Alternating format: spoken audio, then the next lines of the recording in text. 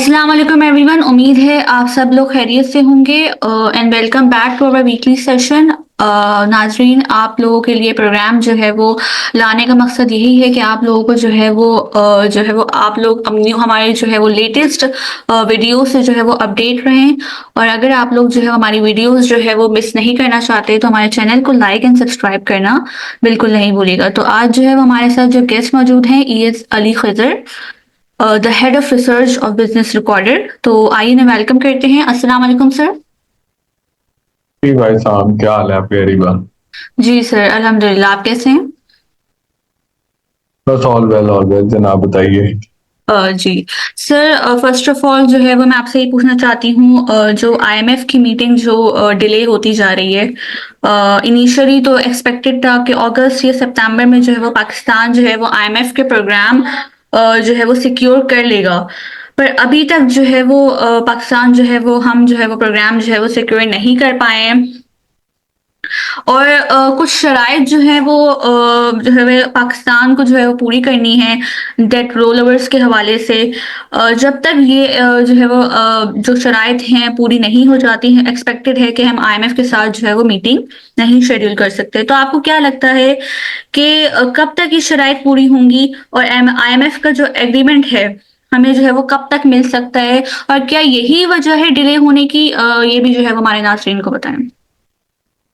जी अस्सलाम वालेकुम, thank you. देखिए, आईएमएफ का जो स्टाफ लेवल एग्रीमेंट था जो नए प्रोग्राम का, वो जुलाई में हो गया था, 12 जुलाई को गालिबन हो गया। हम्म। और एक्सपेक्टेड ये था कि एक आध महीने के अंदर ये बोर्ड हो जाएगा। उसके लिए जो प्री डोमिनेटली जो कंडीशन थी, वो ये थी कि आप कीजिए कि आपकी जो आपकी एक्सटर्नल फंडिंग के जो गैप्स हैं, जो इंक्रीमेंटल फंडिंग करनी है, वो आपने लेके आनी है। वो हम्म। $2 बिलियन इस साल की और $3 बिलियन बाकी 2 सालों के लिए थी। और साथ ही है कि आपके जितने रोल ओवर्स होने हैं सऊदी अरब के, चाइना के, यूएई के, वो रोल ओवर हो जाएंगे। हम्म। तो अभी वो जो फंडिंग गैप है वो अरेंज नहीं हो पा रहा, तो वो सऊदी अरब से उम्मीद की जा रही है और सऊदी अरब इसमें डिले कर रहा है। तो हुँ, और आईएमएफ भी कोशिश कर रहा है और पाकिस्तान भी कोशिश कर रहा है। चाइना से हमने नाराजगी थोड़ी मोड़ ली है, तो चाइना तो अब वैसे भी नहीं दे रहा इस वक्त उससे एक्स्ट्रा मनी। तो एट दिस पॉइंट और सऊदी अरब जो है वो उसको डिले कर रहा है। उसके पीछे कुछ एक तो ये है कि सऊदी अरब आपको खामखा मेहनत का काम पैसे नहीं देना चाहता, पर जब आईएमएफ हो जाता है तो इन्हें दे देना चाहिए। बट वो कहते हैं कि जी हम कुछ खरीदें, तो उनको कुछ खरीदारी को एक रेकोटेक की कर रहे हैं, वो डील शायद हो जाए तो उसके साथ इसको टाई अप कर दें। अच्छा, इसके अलावा जो उसमें कुछ थोड़ी पॉलिटिकल रीजंस भी हो सकती हैं, वो क्या है क्या नहीं है वो वक्त हुँ, बताएगा। बट जैसे ही वहां से पैसे आएंगे तो आईएमएफ हो जाएगा, जो कमिटमेंट आएगी पैसों की हो जाएगा। हुँ, और रोल ओवर्स की कमिटमेंट तो नेचुरली चाहिए। हुँ। तो सही। अगर नहीं आती तो वो तो पॉलिटिकल को रीजंस हैं। तो आप देखिएगा तो इसहाक डार साहब ने भी आज एक तकरीर की, वो फिर से वही बातें कर रहे हैं जो जून 2023 में उन्होंने बातें शुरू कर दी थी। आईएमएफ डिले हो रहे हैं हुँ, और ये चाहता है पाकिस्तान डिफॉल्ट हो, ब्ला ब्ला ब्ला। तो मतलब आप थोड़ा इसको लिंक कर लीजिएगा, तो हुँ, डिले जो है वो सऊदी अरब से पैसे ना आने पे है, आईएमएफ से। हुँ। सही। सर, थोड़ा ये डिटेल में बताइएगा कि पाकिस्तान जो है वो जैसे कि पाकिस्तान गवर्नमेंट कोशिश कर रही है कि जैसे कि आपने बताया सऊदी अरब से जो है वो के साथ रेकोटेक की डील करने की, जो अगर वो करने में कामयाब हो जाती है तो उससे रोल ओवर्स भी पाकिस्तान को मिल सकते हैं और एडिशनल फाइनेंसिंग भी मिल सकती है। तो इस रेकोटेक की डील के हवाले से आपका क्या व्यू है? और क्या हम जो है वो अपने मुल्क की असासे जो है वो आपको क्या लगता है कि बहुत कम कीमत में जो है वो बेचने को तैयार हो गए हैं? देखिए जी, रिकोडेक के अंदर हमारी तो बड़ी एक हिस्ट्री जो है वो बड़ी मिक्स्ड अप हिस्ट्री। आपने देखा कि पहले हमने डील की, फिर उससे वापस गए हम, फिर हम इंटरनेशनल कोर्ट में उस पे पैसे हारे, फिर ये रीडील हुई और अब हमारे पास एक इंटरनेशनल पार्टनर है, वो कर रहा है। बाकी बाकी पाकिस्तान के पास, बलूचिस्तान गवर्नमेंट के पास 25% शेयर है, कोई इतने ही आपके फकीर गवर्नमेंट के पास है, और बाकी आपके जो फॉरेन पार्टनर के पास है, जो आपका ऑपरेशनल पार्टनर है। तो अब आप इसे ज्यादा क्यों डाइल्यूट करना चाह रहे हैं at this point of time, $1.2 billion के लिए, जबकि ये इसका पोटेंशियल ज्यादा है और आगे डॉलर कमोडिटी का वैसे भी मतलब आगे जो ग्लोबल हालात चल रहे हैं, commodities will become very precious going forward. तो उसमें ये है कि हमें क्या ये डील करनी चाहिए, इसमें क्या हमें ये बेचनी चाहिए पैसे इसके लिए, जो कि सऊदी अरब इसको खरीदना चाह रहा है और सऊदी अरब इसके साथ टाई अप करना चाह रहा है आपकी फाइनेंसिंग की। तो मेरे ख्याल में मतलब ये डील हम उस जो एक्सटर्नल फाइनेंसिंग का सपोर्ट सऊदी अरब कर रहा है उसको नजर में रखते हुए कर रहे हैं, रादर देन के रिकॉर्ड की अपनी फिजिबिलिटी के बेस पे क्या उसे बेचना चाहिए कि नहीं बेचना चाहिए उस पर जा रहे हैं। तो ये अनफॉर्चुनेट सी एक बात है कि हम थोड़ा-सा मतलब उस साइट के ऊपर कॉम्प्रोमाइज़ कर हम्म। सही सर। थर्ड क्वेश्चन जो है वो मेरा मार्केट में जो है होने वाली जो फॉरेन सेलिंग है, जो लास्ट वीक हमने देखा कि फॉरेन सेलिंग थी काफ़ी, तो उसके हवाले से है। तो इस फॉरेन सेलिंग के बाद जो है वो काफ़ी इन्वेस्टर्स का, इंस्टीट्यूशनल भी इंडिविजुअल भी, सबका जो है वो इंटरेस्ट जो है वो ख़त्म हो गया है। तो आपको क्या लगता है आगे आने वाले हफ्तों में हम कितनी मजीद सेलिंग एक्सपेक्ट कर सकते हैं? देखिए जी, मार्केट जनरली तो हालात ठीक है। देखिए स्टेबलाइजेशन आ रही है आपकी, जो है फॉरेन एक्सचेंज अब 3 बिलियन से 9 बिलियन पे चले गए हैं। इन्फ्लेशन आपकी सिंगल डिजिट में आ गई है। करंट अकाउंट इस वक्त कंट्रोल में है आपका। हुँ, आपको इंटरेस्ट रेट और नीचे आते नजर आ रहे हैं। तो इन करेंसी में स्टेबिलिटी है, कोई ऐसा प्रेशर नहीं है। तो ये चीजें देखते हुए रेटिंग एजेंसीज भी, आप मूडी और फिच दोनों की देखें, उन्होंने एक नॉच हमारी रेटिंग बेहतर कर दी और एक में तो आउटलुक भी पॉजिटिव कर दी है। तो वो चीजें तो ठीक है। इस वक्त हुँ, जो प्रॉब्लम फंसी हुई है वो कि आईएमएफ की डील पे डिले होना है। हुँ, तो वो उससे थोड़ा सा प्रेशर है। देन द पॉलिटिकल जो भी आपकी यहाँ पे चीजें चल रही है वो है। प्लस ग्लोबल जो सिनेरियो है, ग्लोबल इस वक्त अपनी मार्केट्स के अंदर वो इतने पॉजिटिव नहीं है। हुँ, तो परहैप्स वो जो है क्या कहते हैं इसको, वहां से भी कोई प्रॉब्लम आ रहा है फॉरेन सेलिंग का। बट मुझे कोई ऐसा वही है कि आपकी जो कि पॉलिटिकल चीजें यहाँ पे और आईएमएफ की जो फंसी होने की वजह से मार्केट जो है थोड़ी सी इसको आपको इस वजह से शायद आपको साइड पे नजर आएगी। वैसे भी जब इतनी मार्केट ऊपर बढ़ जाती है इतने टाइम में तो उसमें ये करेक्शन तो हुँ, थिंक तो वॉल्यूम थोड़े लो है या डायरेक्शन इसको मिल रही हुँ। है। सही। इस पॉइंट पे मैं पार्टिसिपेंट से रिक्वेस्ट करूंगी, अगर किसी का कोई भी क्वेश्चन है तो वो हैंड रेस करके और माइक जो है वो ऑन करके पूछ ले। जी उमैर अरशद, अपना माइक ऑन कर लें। जी, अस्सलाम वालेकुम सर। जी भाई साहब। अच्छा सर, ये जो बिज़नेस रिकॉर्डर आपकी वेबसाइट है, उस पर कंटेंट भी हेल्दी होता है काफ़ी। तो क्या आपका कोई व्हाट्सएप चैनल या ग्रुप है जहाँ पे हम यानी कि डायरेक्ट वेबसाइट को रीच ना करें, उधर से हमें अपडेट्स वगैरह मिलती रहें? ये बिजनेस रिकॉर्डर पूरा एक अखबार है जो पिछले 60 साल से चल रहा है। तो कि इसको ये का अखबार आता भी है, इसकी वेबसाइट भी है। और इसके ये बाकी व्हाट्सएप चैनल मेरा नहीं ख्याल अभी इन्होंने शुरू किया है कोई ऐसा जिस पे अपडेट का हो। मैं चेक कर लूंगा, इनके ऑनलाइन वालों को रिक्वेस्ट कर दूंगा कि यहाँ पे डिमांड आई है तो इसको बिल्कुल कर लें। तो वो फिर इस पे कर देंगे जिस पे आपको बीआर की सारी अपडेट्स मिलती। जी, अच्छा सर, एक और चीज़ है, जिस तरह इश्यू बीसी है या फिर पीएसओ है, शेल में भी शायद सऊदीया ने इंटरेस्ट शो किया था। तो इनका क्या फ्यूचर है आने वाले कुछ दिनों में आपकी नज़र में? ऑयल मार्केटिंग कंपनीज की बात करें, देखिए ऑयल मार्केटिंग कंपनीज का कारोबार जो है बड़ा अब एक स्टेबल कारोबार है, ऊपर चल रहा है। इसमें कुछ चैलेंजेस आए हुए हैं। एक चैलेंजेस है कि जो आपकी बहुत ज्यादा स्मगलिंग ईरान से हो रही है तो वो इनके बिजनेस पे इफेक्ट करती है। फिर उसके बाद मार्जिन कई दफा इनके इतने रेगुलेटेड होते हैं, रिवाइज नहीं होते, उससे इम्पैक्ट आता है इनको। और बट अदरवाइज ये ठीक है। बट गोइंग फॉरवर्ड अगर आप बड़ी लॉन्ग टर्म में देखेंगे तो वो जो ऑयल जो कि बेसिकली पेट्रोलियम प्रोडक्ट्स जो हैं वो व्हीकल्स में यूज होते हैं। तो आहिस्ता आहिस्ता जब जैसे जैसे ईवी की मार्केट बढ़ेगी, जैसे कि अपनी बीवाईडी की लोग कह रहे हैं कि 2030 तक पाकिस्तान की जो मार्केट का 50% जो होगी वो या हाइब्रिड होगी या प्लग इन हाइब्रिड होगी या ईवी गाड़ियां होगी। तो जाहिर बात है पेट्रोल की कंजप्शन उसमें कम हो जाएगी। तो वो उस तरह से वो बिजनेस इतना उसमें उसमें वायबिलिटी उसमें थोड़ी कम आ रही है आगे जाके। फिर अगर आप ये देखिए कि इसके अंदर मोटर बाइक्स के अंदर आप देखिएगा जिस तरह अभी सोलर का रेवोल्यूशन आया है 2-3 साल में, जब ईवी की प्राइसेस बैटरी प्राइसेस गिरेंगी, टेक्नोलॉजी होएगी तो मोटरसाइकिल में एकदम आपको बहुत तेजी से शिफ्ट नजर आएगा गाड़ियों से, मोटरसाइकिल का पेट्रोल से ईवी की तरफ। और मोटरसाइकिल तकरीबन आपका 40-45% आपका पेट्रोल इस्तेमाल होता है। तो वो थोड़ा सा फिर डीजल बिजनेस और लुब्रिकेंट बिजनेस वो तो अपने चलते रहेंगे। इस बिजनेस में थोड़ी जद्दत लानी पड़ेगी। वो देखना पड़ेगा। जो जितनी बेहतर ला सकेगा वो उतना इस पे चल।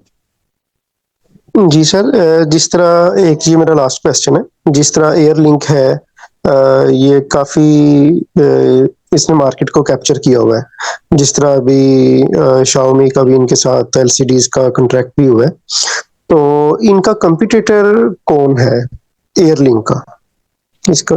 देखिए एयरलिंक, हाँ जी, एयरलिंक इस वक्त, एयरलिंक पाकिस्तान के अंदर एक बड़ी वो प्रोग्रेसिव कंपनी है। एयरलिंक आपको पता ही है कि ये मोबाइल इंपोर्ट के काम से शुरू हुई थी, फिर उन्होंने यहाँ पे जो है वो उनकी जो है पूरी डीलरशिप भी ले ली, और उसके बाद फिर अगले स्टेप में इन्होंने क्या किया कि इन्होंने मोबाइल मैन्युफैक्चरिंग जब पाकिस्तान में शुरू हुई, असेंबलिंग शुरू हुई, तो उसके अंदर भी ये जब वो कहा गए, तो साथ ये अब इनकी इनके इनके पास एक तो ये बहुत सारी होलसेल की मोबाइल की मार्केट में भी और डीलरशिप के ऊपर काम करते हैं, प्लस ये जो है मैन्युफैक्चरिंग भी करते हैं, और अब आगे जाके ये लैपटॉप और टीवी इस साइड पे भी आ रहे हैं। तो इस तरह की मुझे और कंपनी इस वक्त कोई नजर नहीं आती। लेकिन जैसे लगी वालों के ने एक लगी मोटर्स जो है उसने अपने साथ वो सैमसंग की मैन्युफैक्चरिंग असेंबली शुरू कर दी है। इस तरह चाइनीज आए थे, वो शाओमी वगैरह की वो अपनी करना चाह रहे थे, बट शायद अब एयरलिंक की तरफ ज्यादा उनका चीजें आ रही हैं। और भी, और फिर एक एक कराची में एक अगेन ऑटो पार्ट्स के हैं प्लेयर, ये अल्लाह वाला साहब, उनकी टेक्नो के ब्रांड के ऊपर वो भी उनकी भी एक फैक्ट्री है, वो बना रहे हैं। बट वो हर कोई अपना थोड़ा चंक में काम कर रहा है। एयरलिंक ने जिस तरह वैल्यू चेन को पूरा कैप्चर किया है इस मार्केट के अंदर, ऐसा कोई आपको दूसरी मिसाल इस वक्त पाकिस्तान में मिल नहीं रही है। तो इस वजह से एयरलिंक एक मुनफरिद कंपनी आज की। बहुत बहुत शुक्रिया सर। जी अवैध समेत आप अपना क्वेश्चन पूछिए। अस्सलाम वालेकुम सर। अच्छा, मेरा क्वेश्चन है निशात पावर के बारे में कि उसने एक हेल्दी डिविडेंड भी दिया, लेकिन उसमें कोई प्राइस अप्रिसिएशन नहीं आई, तो उसके बारे में, निशात पावर के बारे में बता दीजिए। तो पेस काफी ज्यादा इस वक्त रैली कर रहा है, पेस का क्या फ्यूचर आपको नजर आ रहा है? पेस के बारे में बता दीजिए प्लीज, थैंक यू।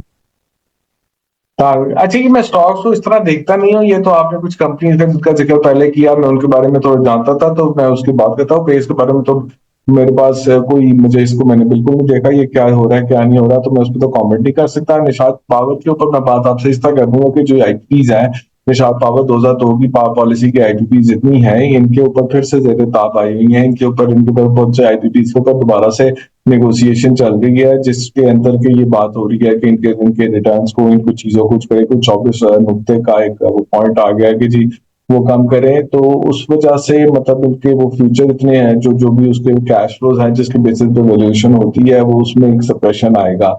तो शायद डिविडेंड देने की वजह भी यही है कि पैसे निकाले जाएं ताकि कंपनी के पास पैसे ही कम रहे। तो मेरे ख्याल में इस वजह से ये चीज नहीं आ रहा कि आईपीपीज पे इन पे प्रेशर है, और जनरली वायबिलिटी इन आईपीपीज की वो नहीं है, और जो उनके कॉन्ट्रेक्चुअल जो उनकी कमिटमेंट्स हैं जिसके बेस पे ये पुरानी आईपीपीज चल रही हैं, वो कमिटमेंट्स को रिविजिट किया जा रहा है, तो शायद इस वजह से इसकी प्राइस अप्रिसिएशन। अच्छा सर, मारी के बारे में बता दीजिए, क्या इसको पे आउट अवेल करना चाहिए? इसका मारी के बारे में भी थोड़ा बता दीजिए। अगेन मारी के बारे में इस तरह पे आउट होके मैंने उस तरफ से डिटेल्स देखी नहीं है कि पे आउट तो अच्छी बात है वो दे रहा है, बट मारी is a very strong company, और ईएनपी में और इसमें डिस्कवरीज की आगे प्रोबेबिलिटीज हाई हैं, और जब सर्कुलेटर के क्लियर होने के बाद जनरली जो स्पीकिंग ईएनपी सेक्टर बेहतर है, तो it's a good company to keep in the long run.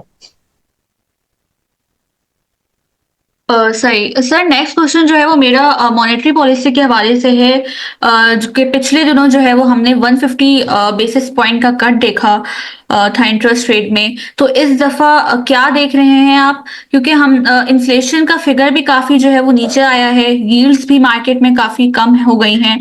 तो आगे आने वाले दिनों में इंटरेस्ट रेट को आप कैसा देख रहे हैं? जो 12 तारीख को मॉनेटरी पॉलिसी आने वाली है, क्या इंटरेस्ट रेट कट होता हुआ देख सकते हैं आप? जी, रेट कट तो इस वक्त बिल्कुल मेरे ख्याल में पत्थर पे लकीर की तरह है, क्योंकि आप इन्फ्लेशन आपकी जो है वो 9.5% पे है, इंटरेस्ट रेट आपके 19.5% पे है, तो इसका मतलब ये है कि रेट कट तो आने हैं, बट ये मुझे ख्याल में कोई बहुत ज्यादा एग्रेसिव रेट कट नहीं आएगा। आपको बहरहाल मेरे ख्याल में 150 बेसिस पॉइंट तक तो आप कर सकते हैं, तो 100 से 200 के दरमियान कट होगा। मुझे ज्यादा चांसेस 150 बेसिस पॉइंट के लग रहे हैं, और ये आहिस्ता आहिस्ता को करते 15% पे लाएंगे और फिर इवेलुएट करेंगे सिचुएशन को, फिर आराम से करके मुझे इस पर लगा। अच्छा अच्छा सर, मार्केट में कौन से सेक्टर्स जो है वो आपको परफॉर्म करता हुआ आगे नजर आ सकते हैं? क्योंकि हमने देखा था पिछले दिनों जब इंटरेस्ट रेट आए थे तो बैंकिंग सेक्टर्स ने, बैंकिंग स्टॉक्स ने टॉप परफॉर्मेंस जो है वो अपनी दिखाई। और इसके अलावा ऑटो सेक्टर्स में भी जो है वो काफी अच्छी रैली हमने बनती हुई देखी थी। ऑल्दो जो है वो नंबर्स उस तरीके के नहीं आए थे, लेकिन इसके अलावा साजगार में भी जो है वो हमने काफी अच्छी एक्टिविटी देखी। तो इस साल कौन से सेक्टर्स जो है वो डोमिनेटली लीड कर सकते हैं मार्केट में? देखिए वो कुछ सेक्टर, कुछ कंपनी जिन्होंने अच्छा परफॉर्म किया, साजगार का बात की, उनकी वो गाड़ी सबसे ज्यादा चल रही है, बाकी गाड़ियां बिकनी हुई हैं, तो नेचुरली वो एक स्मार्ट मूव थी उनकी इस वजह से। और वो छोटी बेस थी, छोटा कंपनी थी, तो वो बहुत एक उसमें बूस्ट मिल गया।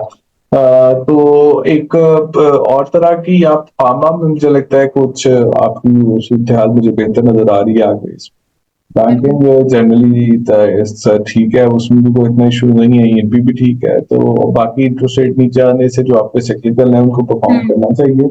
बट वो साइक्लिकल इस वक्त चूंकि डिमांड बहुत गिरी हुई है, वो जरा थोड़ा उसको उसकी डिमांड के कुछ साइंस नजर आए पे करने के, तो आई गेस वो भी चलेंगे। तो इंटरेस्ट रेट नीचे आने पे जो साइक्लिकल स्टॉक्स है वो देख लीजिए, और फंडामेंटली स्ट्रॉन्ग स्टॉक्स मेरे ख्याल में, और इनोवेटिव जिस तरह आपने एयरलिंक वगैरह की बात की, इस तरह के कोई आपको कंपनीज नजर आए जैसे साथगार आपने बात की, जिनके अंदर पोटेंशियल नजर आ रहा है, जिनका प्रोडक्ट एकदम चल रहा है, बाकी मार्केट से फर्क कर रहा है, तो उन तरह की चीजों को देखते हैं। सही। इस पॉइंट पे मैं अगेन पार्टिसिपेंट्स को रिक्वेस्ट करूंगी, अगर किसी का भी कोई भी क्वेश्चन है तो वो हैंड रेज कर ले। काइंडली चैट पे क्वेश्चंस ना करें, माइक अपना ऑन करके क्वेश्चंस कर लें ताकि वो ज्यादा सुटेबल होता है। अच्छा सर, मैं एक लास्ट आपसे एक क्वेश्चन पूछूंगी कि महंगाई के ऊपर आप देख रहे हैं कि महंगाई जो है वो किसी भी सूरत जो है वो पाकिस्तान में कम होने का नाम नहीं ले रही। और जो है वो हम जो है वो अपने नेबरिंग कंट्रीज से भी जो है वो इंपोर्ट अभी तक बिल्कुल भी बंद है, कोई डेवलपमेंट हम नहीं देख रहे। ऑल्दो इंडिया में जो है वो काफी कम हुई है इन्फ्लेशन। हमने अगर हो तो वेजिटेबल्स भी हम इंपोर्ट कर सकते हैं और बहुत सी चीजें हैं जो हम इंपोर्ट कर सकते हैं, लेकिन इस सूरत में अभी तक हमने कोई डेवलपमेंट नहीं देख रहे। तो क्या वजह है? क्या आगे हम कोई डेवलपमेंट होती हुई देख सकते हैं?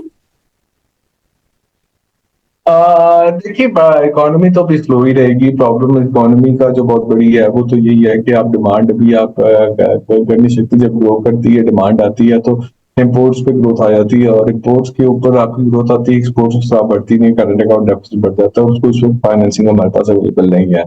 हमारे पास तो जीरो करंट अकाउंट डेफिसिट के साथ भी जो फाइनेंसिंग है उसके इश्यूज पड़े हुए हैं, जिसकी वजह से आईएमएफ भी रुका हुआ है।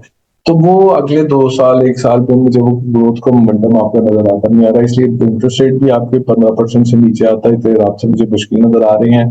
और उसके साथ जो है कि ग्रोथ की वो ना फिस्कल साइड पे भी पॉलिसी है, तो वो नहीं आपको नजर आएगी। इंडिया के साथ भी ट्रेड अभी फिलहाल तो अनलेस को पॉलिटिकल चेंज आए कल को, तो वो आएगी, बट अभी द शॉर्ट मीडियम में शॉर्ट टर्म तो मुझे कुछ ऐसा उसमें नजर। तो ये इकोनॉमी बहरहाल मुझे लगता है 25-26 2 साल अभी स्लो रहेगी, बस 27-28 अगले उससे 2 साल के अंदर थोड़ा सा आपको शायद ग्रोथ नजर आए, बट आगे तो बिल्कुल। सही। अच्छा sir, last question will be very very specific. आपको क्या लगता है क्या स्ट्रेटेजी होनी चाहिए इन्वेस्टर्स की आगे आने वाले दिनों में, नेक्स्ट वीक स्टॉक मार्केट में?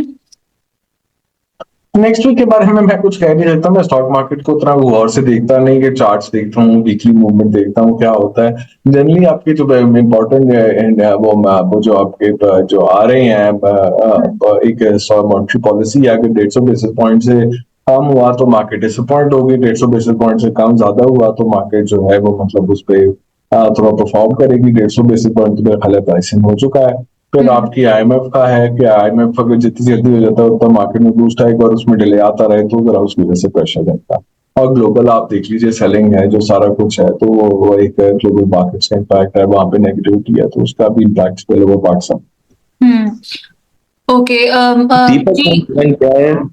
दीपक ने ज्वाइन किया है इंडिया से। दीपक साहब, कोई क्वेश्चन है आपका?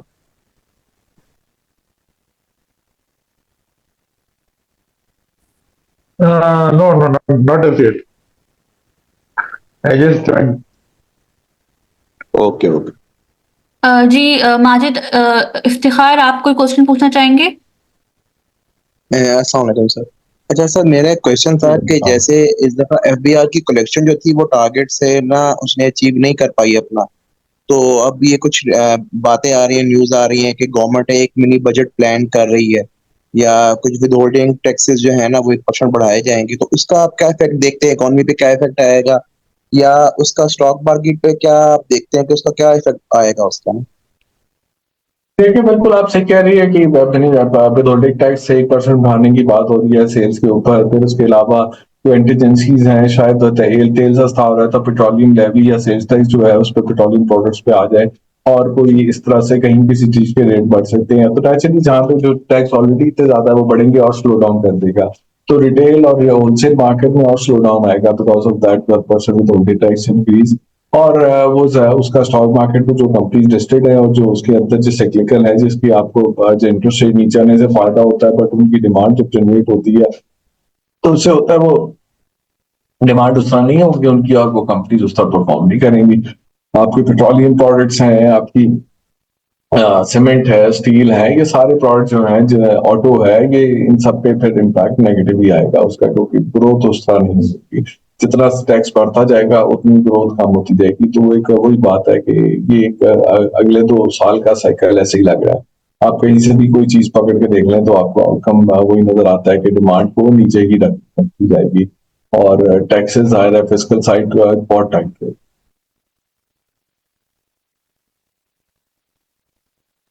जी, आई होप आपका जवाब हो गया ही है। जी, जी। Thank you so much sir. जो है अपने सेशन को हम रैप अप करते हैं। Thank you so much. आपने जो है वो हमें अपना काफ़ी कीमती वक़्त दिया। Thank you so much participants, आपने हमारे सेशन को जॉइन किया। Okay, thank you sir. आगे आने सेशंस में आपको फिर इनवाइट करेंगे। अपना ख़्याल रखिएगा। अल्लाह हाफ़िज़। थैंक यू जी, थैंक यू एवरीवन जी। ओके, अल्लाह हाफ़िज़ सर।